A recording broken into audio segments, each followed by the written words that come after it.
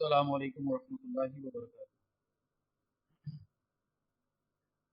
الحمد للہ رب العالمین والصلاة والسلام علی سید الانبیاء والمرسلین، اما بعد، اعوذ باللہ من الشیطان الرجیم، بسم اللہ الرحمن الرحیم۔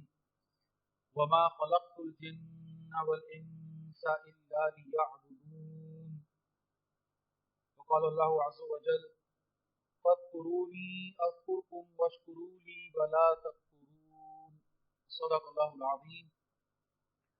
رب اشرح لي صدري ويسر لي امري واحلل عقدة من لساني يفقهوا قولي، رب يسر ولا تعسر وتمم بالخير، رب اغفر وارحم وانت خير الراحمين، آمین یا رب العالمین۔ پچھلی دفعہ میں نے تذکرہ کیا تھا انشاءاللہ کہ اللہ کا ذکر، اس کی اہمیت اور اس کی فضیلت، اور خاص طور پر جو آج کل کے حالات ہیں اس تناظر میں، اس کی اہمیت میں مزید جو اضافہ ہو چکا ہے ہر لحاظ سے، کچھ ان گوشوں کو انشاءاللہ آپ کے سامنے قرآن اور حدیث کی روشنی میں رکھنے کی کوشش کروں گا۔ سب سے پہلی اور بنیادی بات تو یہ سمجھ لیجئے کہ میں اور آپ اس دنیا میں بھیجے گئے ہیں با مقصد۔ ہماری زندگی بلا مقصد نہیں ہے، بے وجہ نہیں ہے۔ یہ محض کوئی ایسا کھیل تماشا نہیں ہے کہ آپ نے کوئی کھیل ایجاد کیا، کوئی تھوڑا سا کھیلے کودے، اس کے بعد وہ کھلونا ٹوٹ کے ختم ہو گیا اور نہ تھا نہ ہے نہ ہوگا، نہ ایسا نہیں ہے۔ ہم یہاں آنے سے پہلے بھی ایک کیفیت میں تھے، اللہ سبحانہ و تعالی نے ہمیں عالم ارواح میں جمع فرمایا، اور اس کے بعد پھر یہاں اس دنیا میں اس دنیاوی زندگی کی جو یہ صورت ہے یہاں بھیجا، اور اللہ سبحانہ و تعالی یہاں سے ہمیں واپس بلا کر جب تک اللہ کا اذن ہے، جب تک اللہ کا فیصلہ ہے، ایک خاص عالم میں محفوظ رکھیں گے۔ وہ عالم برزخ ہے جو کہ اصل میں ابتدائیہ ہے اس محشر کا کہ جو ایک دن آنا ہے، اور زندگی میں گزارے جانے والے جو بھی ایام ہیں، جو وقت ہے، جو اعمال ہیں، ان کی نسبت سے یہ عالم برزخ جو ہے، یا تو جیسے کہ حدیث کے مفہوم کے لحاظ سے عرض کر رہا ہوں کہ وہ جنت کے باغوں میں سے ایک باغ ہے، یا وہ جہنم کے گڑھوں میں سے ایک گڑھا ہے۔ اور پھر جب اللہ کا اذن ہوگا اور یہ عالم بھی ختم ہوگا تو پھر وہ محشر کا دن ہے، حشر کا دن ہے، قیامت کا دن ہے، حساب کتاب کا دن ہے، احتساب کا دن ہے۔ اور اس دن پھر یہ فیصلہ ہوگا کہ یہ جو اتنی مختصر سا چھوٹا سا فیز اللہ نے یہاں دنیا میں ہمیں رکھا ہے، بہت چھوٹا سا، بہت چھوٹا سا، یہ بالکل ایسا ہی ہے کہ اگر ٹائم فریم کے لحاظ سے میں آپ کے سامنے مثال رکھنا چاہوں کہ اگر آپ جیسے اللہ کے نبی کی بلکہ صلی اللہ علیہ وسلم، حدیث سے بڑھ کر کیا بات ہوگی، کیا اور کوئی مثال کہیں سے آئے گی؟ تو آپ صلی اللہ علیہ وسلم کیا فرما رہے ہیں کہ کس چیز سے تشبیہ دے رہے ہیں کہ میں تو ایک وہ مسافر ہوں جو اپنے سفر کے دوران کسی ایک سایہ دار درخت کے نیچے بیٹھا، تھوڑی دیر کے لیے سستایا اور پھر آگے بڑھ گیا، بس۔ اب یہ چند منٹ یا چند سیکنڈ یا تھوڑی دیر کے لیے کسی سایہ دار یا درخت کے نیچے بیٹھ کر سستا لینا، رک کر تھوڑی دیر وہاں ایک پوز لے لینا، بس یہ مثال ہے اس دنیا کی۔ تو یہ اصل میں تو زندگی بہت طویل ہے، زندگی بہت طویل ہے۔ اللہ نے ہمیں تخلیق فرمایا، اللہ نے اپنے اذن سے جب چاہا تخلیق فرمایا، پھر یہ زندگی جو شروع ہوئی، جیسے میں عرض کر رہا ہوں کہ وہ تو پہلے سے ہو چکی، عالم ارواح میں اب کس کیفیت میں تو اللہ جانتا ہے، لیکن اللہ نے قرآن حکیم میں تذکرہ فرمایا ہے اس عالم کا عہد الست کی صورت میں، تمام اول سے آخر انسانوں کو جمع کر کے وہاں اللہ نے عہد کیا ہے، اپنی معرفت ان کو دی ہے۔ پھر اس عالم میں اللہ نے جیسے اللہ کی اذن ہے، اللہ کی شان ہے، قدرت ہے، وہ رکھا ہوا ہے، کیا ہے کیسے ہمیں نہیں معلوم۔ پھر اپنی اپنی باری پر یہاں بھیجا جاتا ہے، یہاں آتے ہیں، یہ جسم کا یہ خول پہنا دیا جاتا ہے، اس خاکی وجود کے ساتھ یہاں اٹھتے بیٹھتے کھاتے پیتے چلتے پھرتے سوتے جاتے، جو بھی اپنے دنیاوی معاملات ہیں ان کو، اور پھر اپنے وقت پر یہاں سے واپس چلے جاتے ہیں۔ یہ سفر ہے آگے کی طرف جانے والا تیزی کے ساتھ۔ اس پورے سفر میں، اس پوری زندگی میں جو آغاز جب ہوا، اور پھر یہ آگے تو ہم بات سمجھ رہے ہیں کہ عالم برزخ، پھر عالم محشر، اور اس کے بعد پھر ہمیشہ ہمیش کا، یا تو پھر اللہ کا انعام ہے جنت کی صورت میں، یا معاذ اللہ خدا نہ خواستہ وہ سزا ہے جہنم کی صورت میں، جو لمٹ لیس ہے، اس کی کوئی لمٹس نہیں ہے، اس کی کوئی باؤنڈریز ہمیں نہیں بتائے گی کہ اتنے ہزار اتنے